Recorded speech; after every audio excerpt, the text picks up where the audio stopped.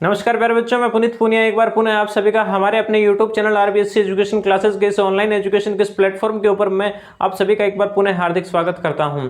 चर्चा चल रही थी हमारी समांतर श्रेणी की, जिसके अंदर हम एक्सरसाइज 5.3 के अंदर पहुंच चुके थे। चलिए आज उससे आगे बढ़ते हैं और आगे वाले क्वेश्चन करते हैं। 2 क्वेश्चन हमने कर लिए थे और तीसरा क्वेश्चन मैंने थोड़ा थोड़ा आपको बता दिया था कि आप भी करने की कोशिश करना। उम्मीद करता हूँ कि शायद आपने कि क्वेश्चन है वो किए होंगे, फिर भी मैं एक बार पुनः ये यहाँ रिपीट कर देता हूँ। समांतर श्रेणी 9, 17, 25 के कितने पद लिए जाएं कि उनका योगफल कितना हो? 636 हो। मैंने बताया था कि समांतर श्रेणी मेरे को दी हुई है, मेरे पास प्रथम पद है, कितनी दे रखी है?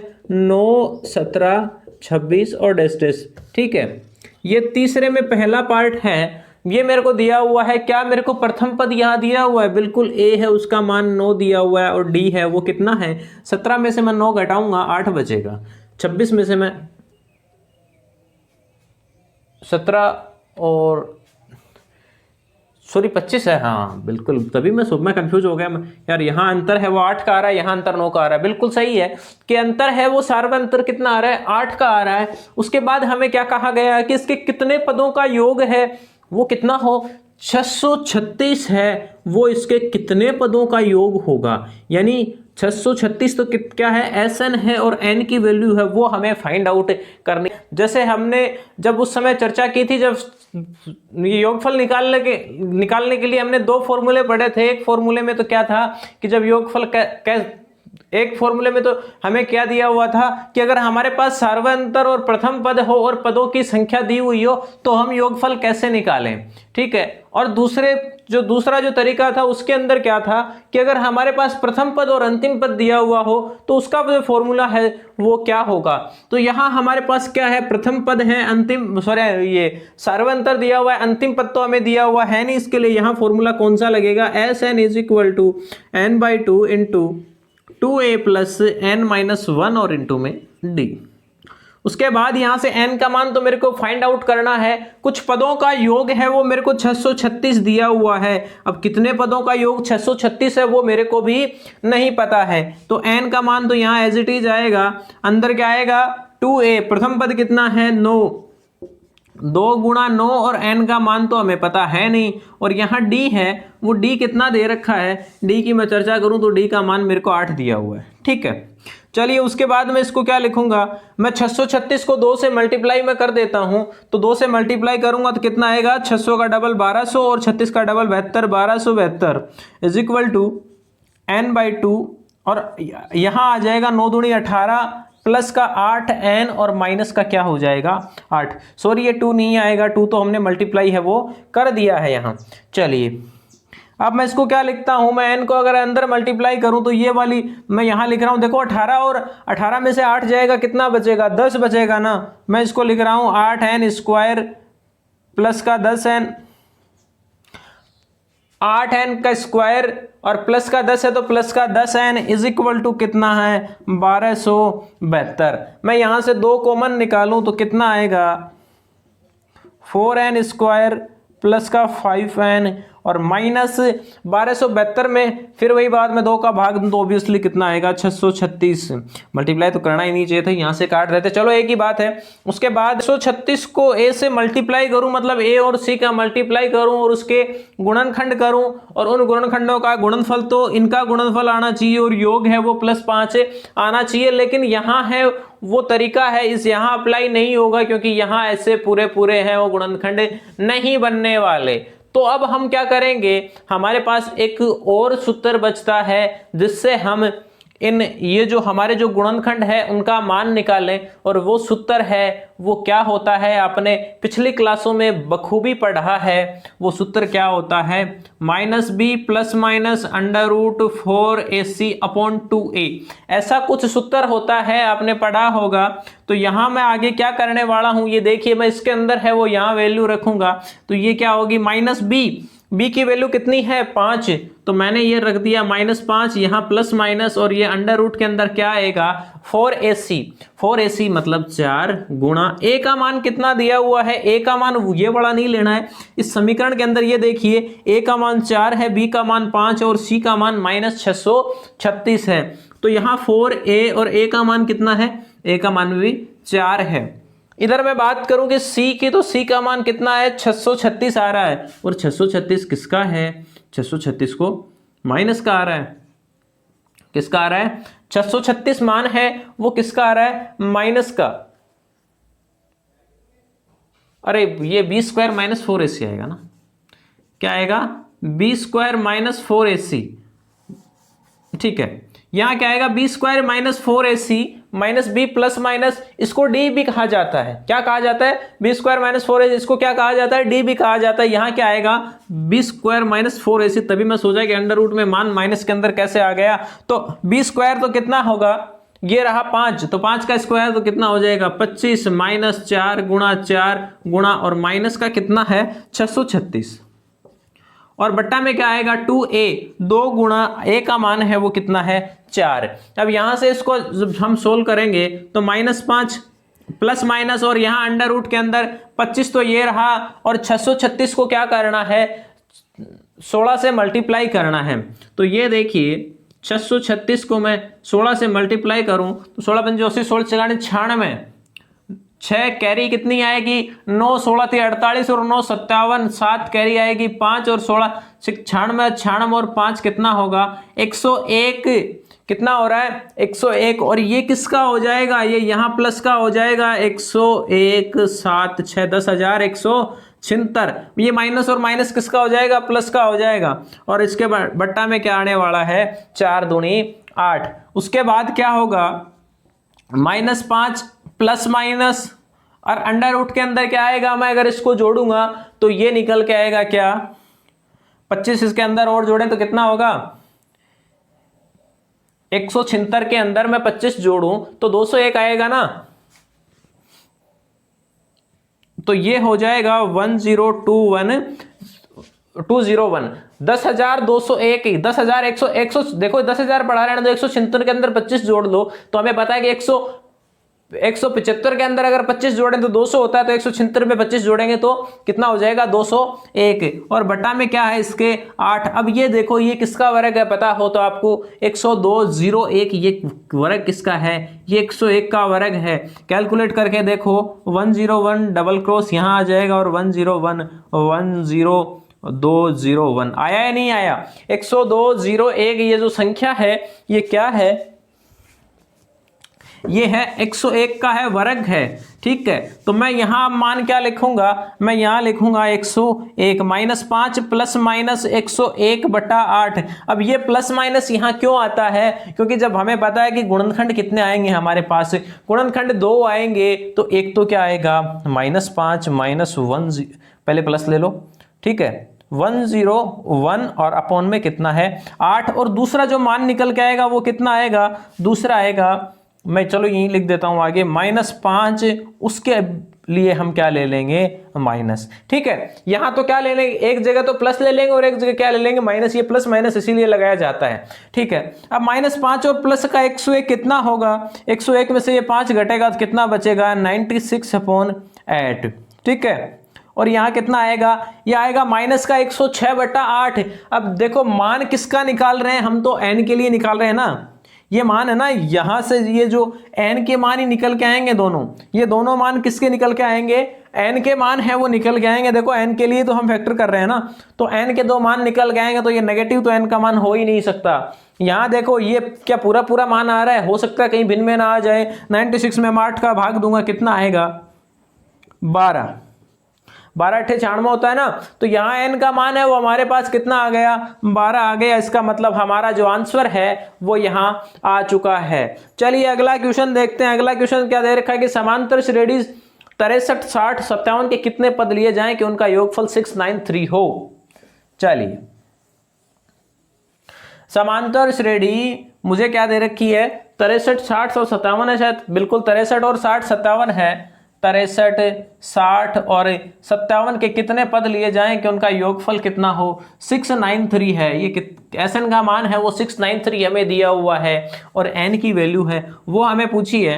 देखिए मेरे बच्चों ये सूत्र वही लगेगा जो हमने यहाँ लगाया है, ये रहा Sn। अगर हमें अंतिम पद दिया हुआ होता तो अंतिम पद वाला सूत्र लग जाता, लेकिन यहाँ तो यही लगेगा ना। तो मैं बात करूँ कि फॉर्मूले की Sn is equal to n/2 into 2a plus n-1 और इंटू में क्या आ जाएगा d। यहाँ से Sn की वैल्यू मेरे को 693, एक बार मैं वैल्यू कंफर्म कर लूँ, क्या 693 है ना?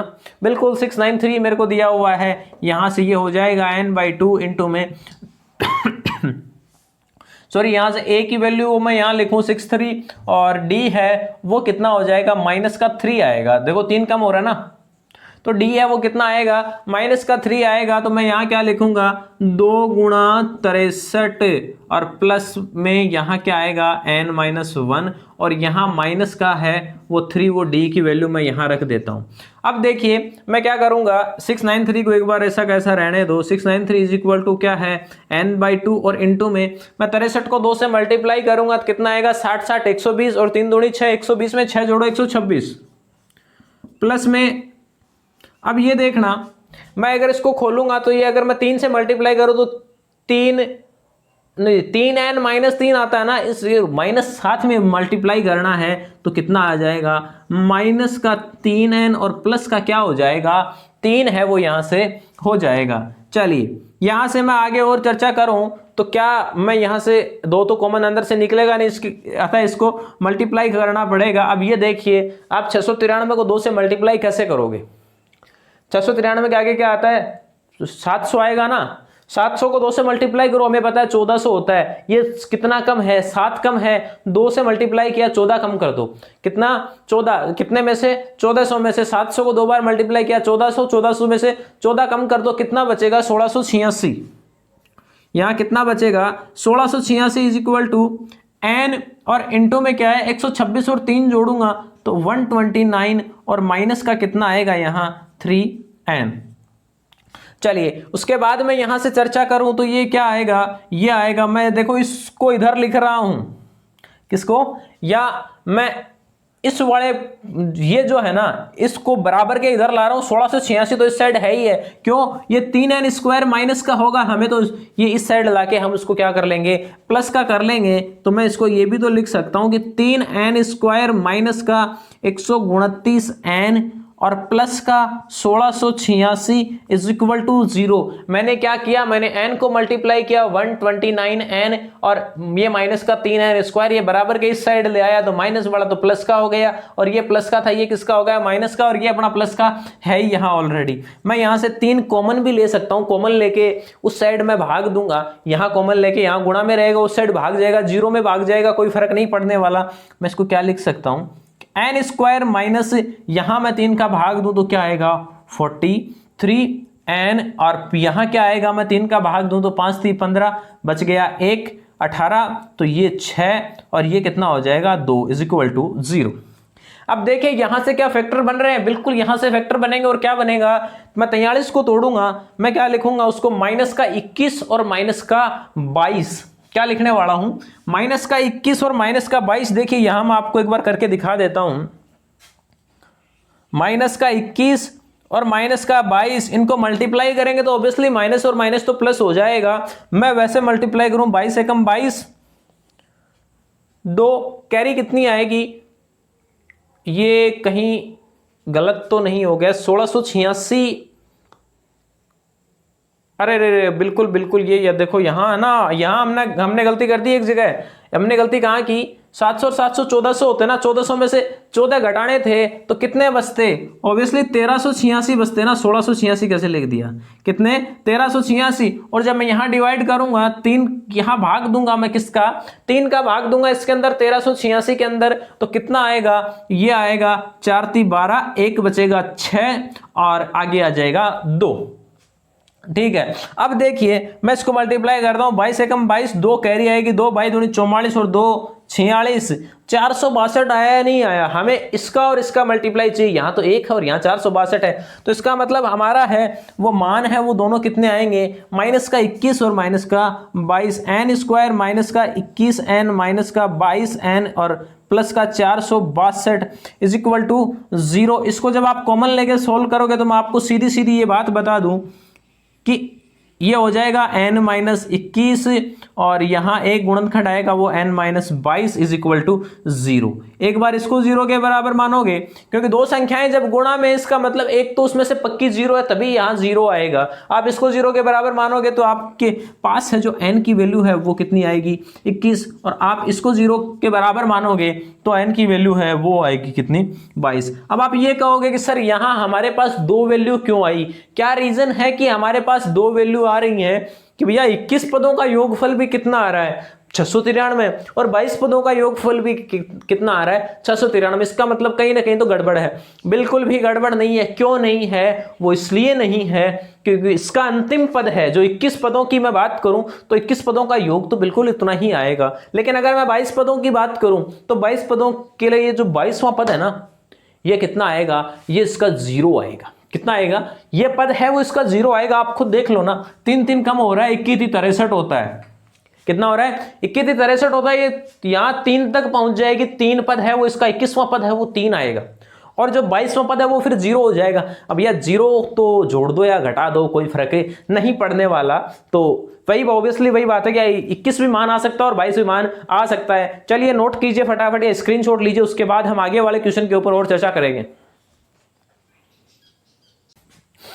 चलिए प्यारे बच्चों आगे चर्चा करते हैं। अगला क्वेश्चन क्या दे रखा है कि निम्न श्रेणियों के प्रथम 25 पदों का योगफल ज्ञात कीजिए, और श्रेणियां क्या दी हुई हैं, an is equal to 3 + 4n। मैं बात करूं से कुछ क्वेश्चन चौथा ना, चौथे क्वेश्चन में पहला an इज इक्वल टू, चौथे में पहला है an is equal to 3 + 4n है ना, बिल्कुल 3 + 4n। अब ये देखिए यहां कुछ भी नहीं करना है, यहां हम क्या करेंगे, हमारे पास दो तरीके हैं।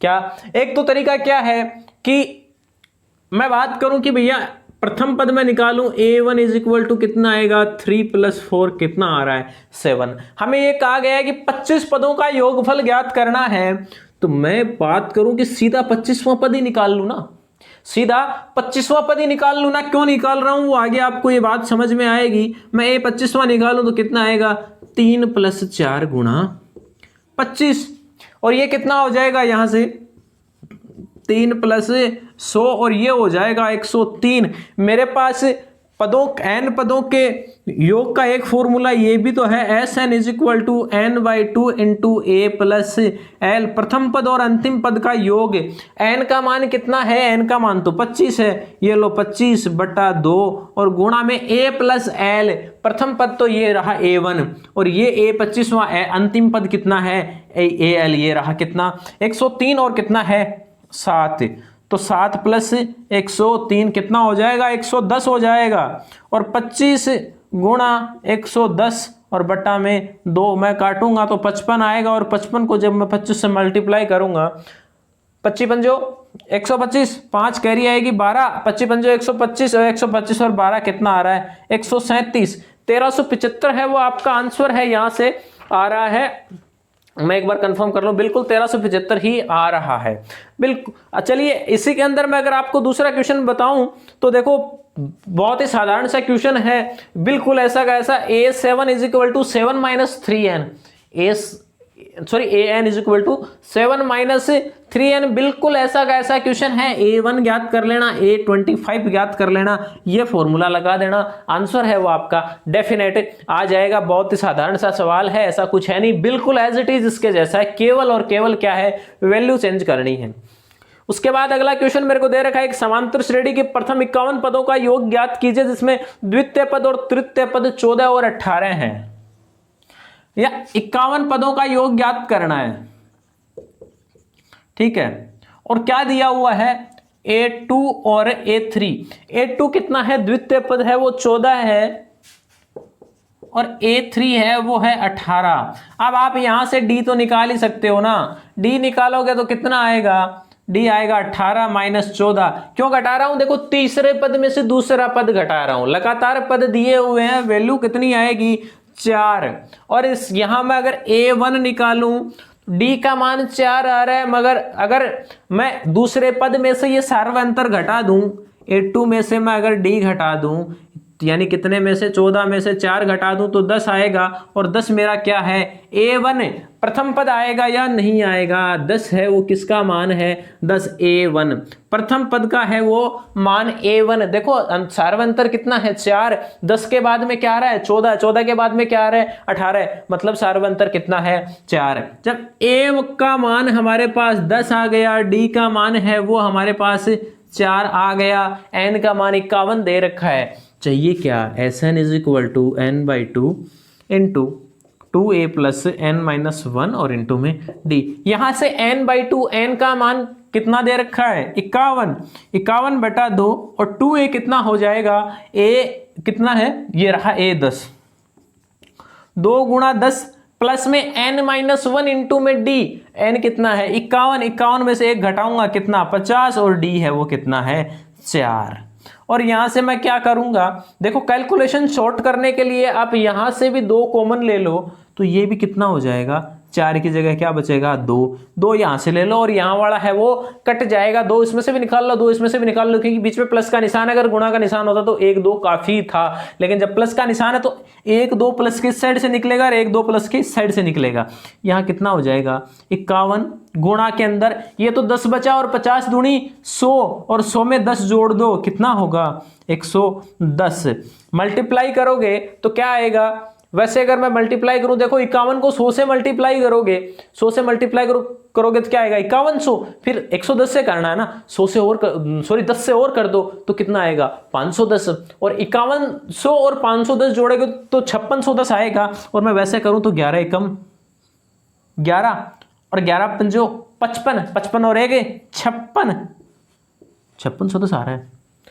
तो वैसे कैलकुलेशन करने के अगर ऐसी कुछ संख्याएं हैं जो 100 के आसपास हैं या 10 के आसपास हैं तो वहां क्या है कि हम इनको है वो जल्दी थोड़ा सा सोल्व कर सकते हैं। तो यहां हमारा आंसर है वो कितना आ रहा है? हमारा आंसर है यहां 5610 आ रहा है। ठीक है, चलिए उसके बाद छठा क्वेश्चन क्या दे रखा है कि समांतर श्रेणी का अंतिम पद 16 है, प्रथम पद अंतिम है, नहीं सॉरी प्रथम पद 17 है और अंतिम पद 360 है। यदि सार्वंतर 9 हो तो समांतर श्रेणी में पदों की संख्या कितनी है और उनका योग क्या है? अब ये देखिए आपके पास जब d की वैल्यू है वो दी हुई है, प्रथम पद आपको दिया हुआ है, अंतिम पद आपको दिया हुआ है, अंतिम पद 350 जब दिया हुआ है तो 350वें पद का मान तो हम निकाल ही सकते हैं ना। 350 an is equal to a plus n minus 1 और इंटू में d। an का मान कितना रखूंगा मैं यहां से 350 इज इक्वल टू प्रथम पद मेरे को 17 दिया हुआ है तो ये 17, n का मान मेरे को बीच में प्लस आएगा और n का मान है वो मेरे को यहां से निकालना और d का मान मेरे को 9 दिया हुआ है। सार्वंतर कितना है? बिल्कुल सार्वंतर मेरे को 9 दिया हुआ है तो यहां से ये कितना हो जाएगा 350 is equal to 17 plus 9n minus 9, तो ये कितना हो जाएगा 350 इज इक्वल टू 17 में से मैं 9 घटा रहा हूं तो कितना बचेगा 8 बचेगा, 8 प्लस में 9n, ये 8 इधर आएगा, इधर माइनस होगा, इधर आने पर माइनस होगा तो ये कितना बचेगा 9n इज इक्वल टू 342।